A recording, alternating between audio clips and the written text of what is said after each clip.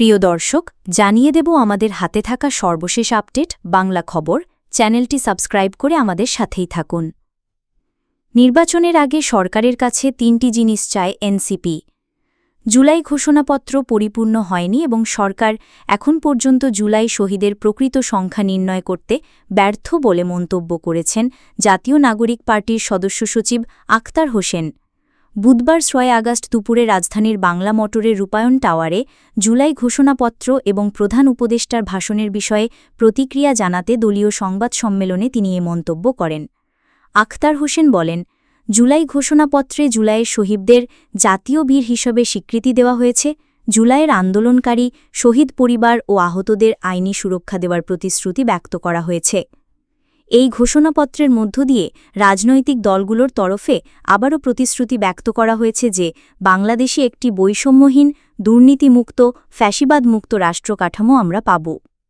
তিনি বলেন, একই সঙ্গে এই ঘোষণাপত্রের আরও পরিপূর্ণতার জন্য আমরা দীর্ঘ সময় ধরে সরকারের কাছে যে দাবিগুলো জানিয়ে এসেছিলাম তার কিছু বিষয় অনুপস্থিত রয়ে গেছে। জুলাই ঘোষণাপত্রে এই ভূখণ্ডের ৪৭-এর আন্দোলন উল্লেখ করে তিনি বলেন, এই ঘোষণাপত্রে শহীদের সংখ্যার ব্যাপারে প্রায় ১,০০০ শব্দটি ব্যবহার করা হয়েছে। অথচ জাতিসংঘের প্রতিবেদনেই বলা হয়েছে ১,৪০০ জনের কথা।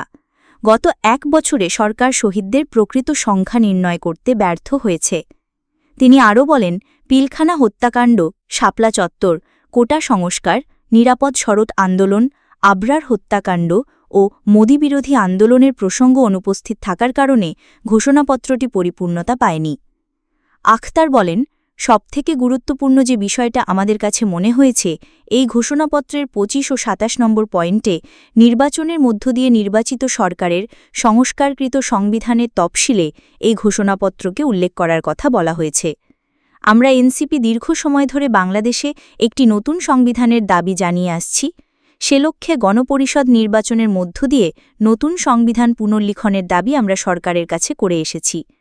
তিনি বলেন, ঐক্যমত কমিশনে রাজনৈতিক দলগুলোর মধ্যে সংস্কারের বিভিন্ন বিষয়বস্তুতে ঐক্যমত্য তৈরি হয়েছে, কিন্তু এখনও পর্যন্ত সেখানে বাস্তবায়নের পথ কী হবে তা নিয়ে আলোচনা করা হয়নি।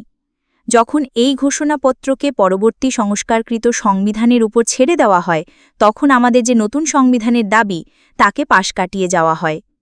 তিনি পুনরায় দাবি জানান, বাংলাদেশে যে নতুন রাজনৈতিক জনগোষ্ঠীর আবির্ভাব ঘটেছে তাদের অভিপ্রায়কে ধারণ করতে যেন নতুন সংবিধান তৈরি করা হয় এবং সেখানে জুলাই ঘোষণাপত্রকে অন্তর্ভুক্ত করা হয়। এনসিপি সদস্য সচিব বলেন, জুলাই সনদে যে সংস্কারের বিষয়ে রাজনৈতিক দলগুলোর মধ্যে ঐক্যমত্য তৈরি হয়েছে এবং কমিশন সিদ্ধান্ত গ্রহণ করেছে, সেই সব সংস্কার অন্তর্বর্তীকালীন সরকারের সময়কাল থেকেই বাস্তবায়ন করতে হবে। জুলাই সনদকে কার্যকর করে তার ভিত্তিতে আগামী জাতীয় নির্বাচন অনুষ্ঠিত হতে হবে। জুলাই গণ অভ্যুত্থানে অংশ নেওয়ার সবার আকাঙ্ক্ষা বাস্তবায়নে সংগ্রাম জারি রাখতে হবে উল্লেখ করে তিনি বলেন, গতকাল প্রধান উপদেষ্টা জাতির উদ্দেশ্যে ভাষণে ফেব্রুয়ারিতে নির্বাচনের সময়ের কথা উল্লেখ করেছেন। আমাদের তাতে আপত্তির কোনো জায়গা নেই, কিন্তু নির্বাচন আয়োজনের পূর্বে সরকারের অবশ্য পালনীয় কিছু কর্তব্যের জায়গা রয়েছে। গণহত্যাকারীদের বিচার ও রাষ্ট্র কাঠামোর গুণগত পরিবর্তনের জন্য সংস্কার নিয়ে এই সরকার যাত্রা শুরু হয়েছে।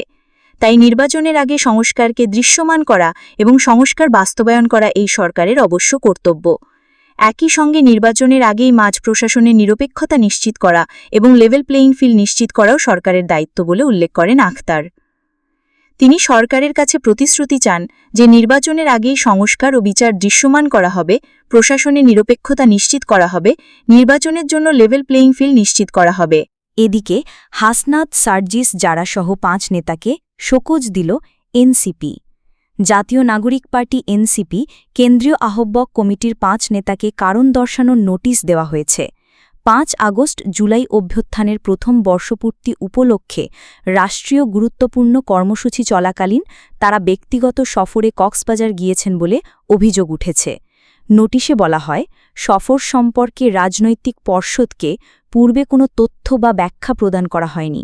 অভিযুক্তরা হলেন তাসনিম জারা, খালিদ সাইফুল্লাহ, হাসনাত আবদুল্লাহ, সার্জিস আলম ও নাসিরউদ্দিন পাটোয়ারি। এ প্রসঙ্গে এনসিপির যুগ্ম সদস্য সচিব দফতর সালেহুদ্দিন শিফাত স্বাক্ষরিত এক বিজ্ঞপ্তিতে বলা হয়, সংশ্লিষ্ট নেতাদের আগামী ২৪ ঘণ্টার মধ্যে আহ্বায়ক নাহিদ ইসলাম ও সদস্য সচিব আক্তার হোসেনের কাছে সশরীরে উপস্থিত হয়ে লিখিত ব্যাখ্যা প্রদান করতে হবে। দলীয় সূত্রে জানা গেছে, বিষয়টি দলীয় শৃঙ্খলার পরিপন্থী হিসেবে দেখা হচ্ছে। ব্যাখ্যা সন্তোষজনক না হলে সংগঠনের নীতি অনুযায়ী পরবর্তী ব্যবস্থা নেওয়া হতে পারে। অপরদিকে হাসিনার পতনই যেন একমাত্র প্রাপ্তি না হয়। একনায়ক বা স্বৈরশাসকের পতন স্বাভাবিক বা শান্তিপূর্ণ হয় না, তাকে উৎখাত করতে হয়। বিপ্লব, গণ অভ্যুত্থান বা কু এগুলোই পথ। চার্লস টিলি বা ফ্রান্স ফাননের মতো সমাজ ও রাষ্ট্রতাত্ত্বিকদের কথা ধার করে বলা যায়, সহিংসতা ও সংঘাতের পথেই যেহেতু রাষ্ট্র গড়ে ওঠে, তাই রাষ্ট্রের রাজনীতিতেও ধারাবাহিকতা হিসেবে সহিংসতা টিকে থাকে। বিশেষ করে উপনিবেশ থেকে মুক্ত হওয়া রাষ্ট্র বা স্বাধীনতা সংগ্রামের মধ্য দিয়ে গড়ে ওঠা দেশগুলোতে সহিংসতা উত্তরাধিকার হিসেবেই থেকে যায়। এমন একটি রাষ্ট্রে যখন স্বৈরাচার চেপে বসে, তখন তাকে সরানোর পথটিও হয় সহিংস। হাসিনার পতন হবে এটা জানাই ছিল, কিন্তু জানা ছিল না কবে ও কিভাবে তা ঘটবে। সঙ্গে স্বাভাবিকভাবে এই আশঙ্কাও ছিল যে হাসিনার উৎখাত পর্ব হতে পারে রক্তাক্ত। বিএনপি সহ দেশের বিরোধী রাজনৈতিক শক্তি ১০-১১ বছর ধরে এই শাসনের বিরুদ্ধে লড়াই করার চেষ্টা করেছে। তখনও রক্ত ঝরেছে। গুম, খুন ও নানা কায়দার দমন নিপীড়ন চালিয়ে হাসিনা তা দমন করেছেন।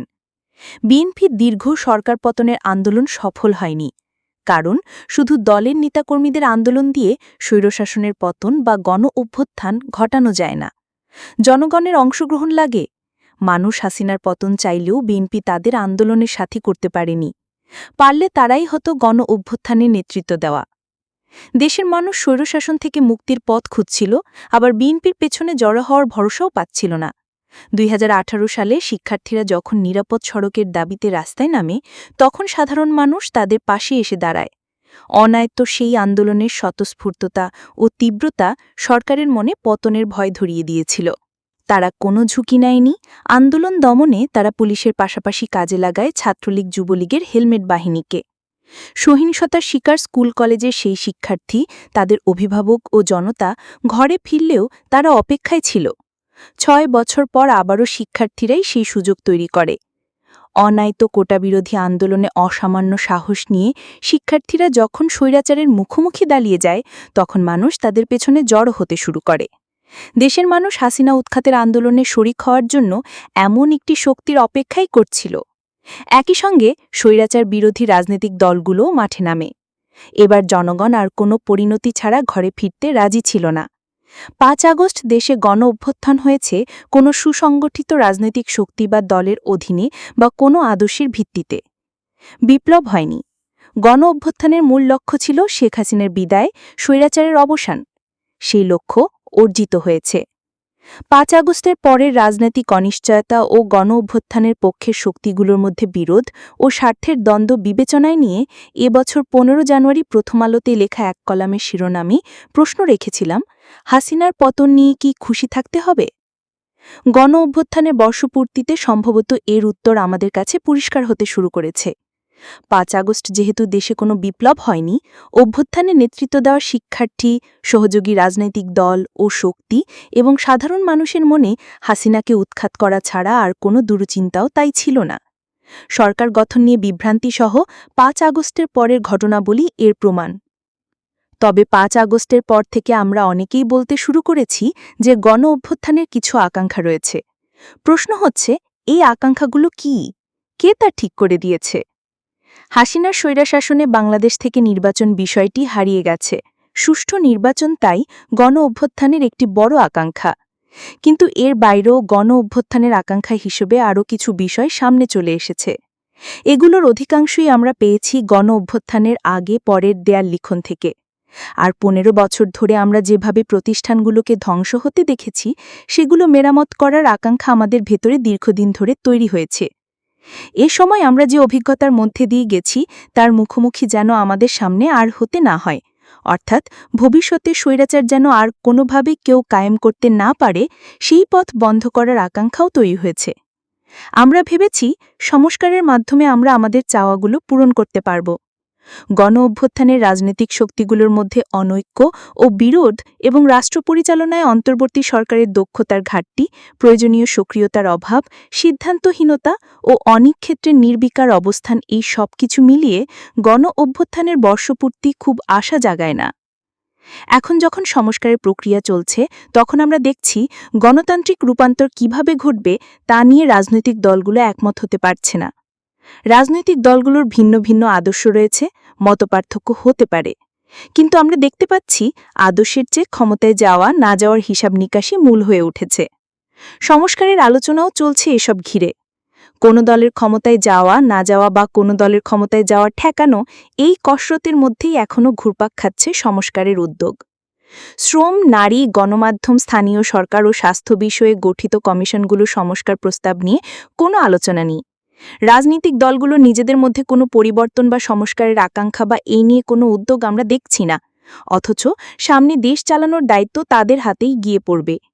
পুরনো ও বড় রাজনৈতিক দলগুলো ক্ষমতায় যাওয়া বা ক্ষমতার অংশীদার হওয়ার আগেই দখলদারি ও চাঁদাবাজি থেকে শুরু করে সব ধরনের প্রতিষ্ঠানে নিজেদের লোক বসানো ও কর্তৃত্ব প্রতিষ্ঠায় উঠে পড়ে লেগেছে। পুরনো রাজনৈতিক দলগুলো না হয় আগের মতোই চলতে চাইছে, কিন্তু নতুন দলগুলোর কি অবস্থা? গণ অভ্যুত্থানে নেতৃত্ব দেওয়া ছাত্ররা দল করেছে, আরও নতুন দল হচ্ছে। ১৪৮টি দল নিবন্ধনের জন্য আবেদন করেছে। সেখানে কি কোনো নতুন লক্ষণ বা সম্ভাবনা দেখা যাচ্ছে? সেই একই পুরনো কায়দা, চাঁদাবাজি, জমায়েতের জন্য লোক ভাড়া করা, এসবই তো চলছে। গণ অভ্যুত্থানের বর্ষপূর্তি হল। সম্প্রতি সময়ের বিভিন্ন দেশের গণ অভ্যুত্থানের পরিণতি বিবেচনায় নিলে আমরা দেখব গণ অভ্যুত্থান হলেই যে সংস্কার বা গণতান্ত্রিক রূপান্তর খুব সফল হয় তেমন নয়। আমরাও সম্ভবত সেই পথেই হাঁটছি। ফ্যাসিস্টবাদী আমল, যাকে আমরা অতীত হিসেবে দেখতে চাই, তার সঙ্গে গণ অভ্যুত্থান পরবর্তী বর্তমানের একটি আপোষরফা করেই সম্ভবত আমাদের এগোতে হচ্ছে। এটাই সম্ভবত এখনকার বাস্তবতা। সবশেষ জানিয়ে দেব, মেট্রো রেলের আয়ে ঋণের কিস্তির টাকা উঠছে না। ঢাকার মেট্রো রেলে এখন যাত্রী ঠাসাঠাসি করে চলাচল করছে।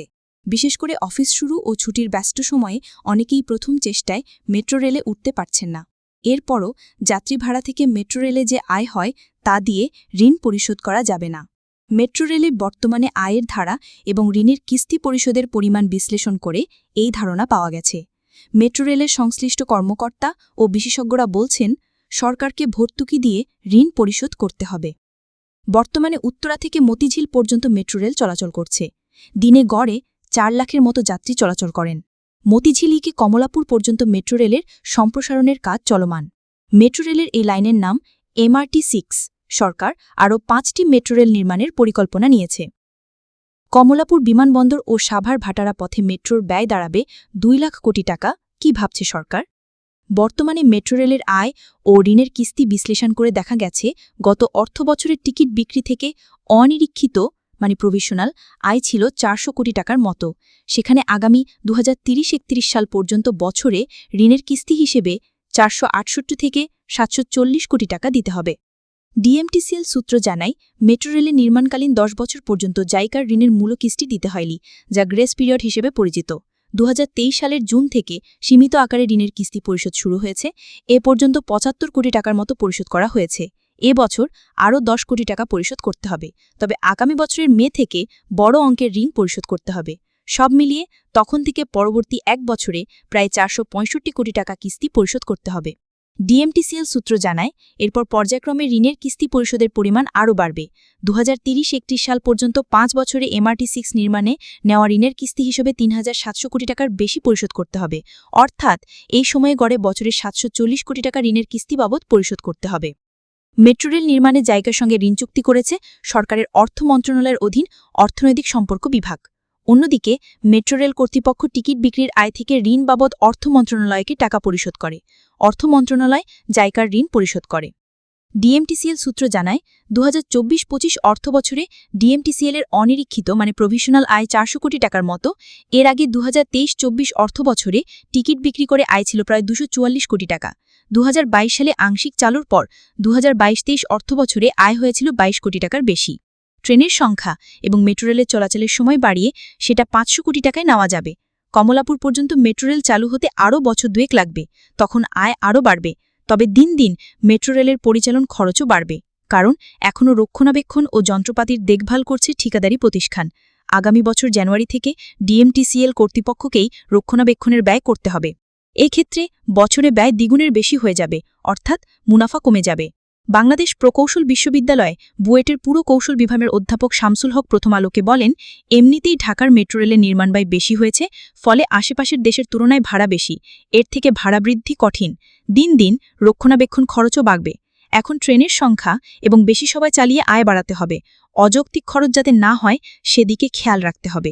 মেট্রো রেলের স্থাপনা বাণিজ্যিকভাবে ভাড়া দিয়েও কিছুটা আয় বাড়ানো যায়। অধ্যাপক শামসুল হক বলেন, মেট্রো রেলের লাইন ৬ ঢাকার সবচেয়ে ব্যস্ত এলাকা দিয়ে গেছে। এটি নির্মিত হয়েছে উড়াল পথে। অন্য লাইনগুলোতে এতটা যাত্রী নাও হতে পারে। এছাড়া পাতাল পথে ব্যয়ও বেশি, ফলে নতুন মেট্রো রেল নির্মাণে খরচের বিষয়টি মাথায় রাখতে হবে। এছাড়া বাড়তি আয় কীভাবে করা যায় সেই বিষয়ে মাথায় রেখে নকশা করতে হবে।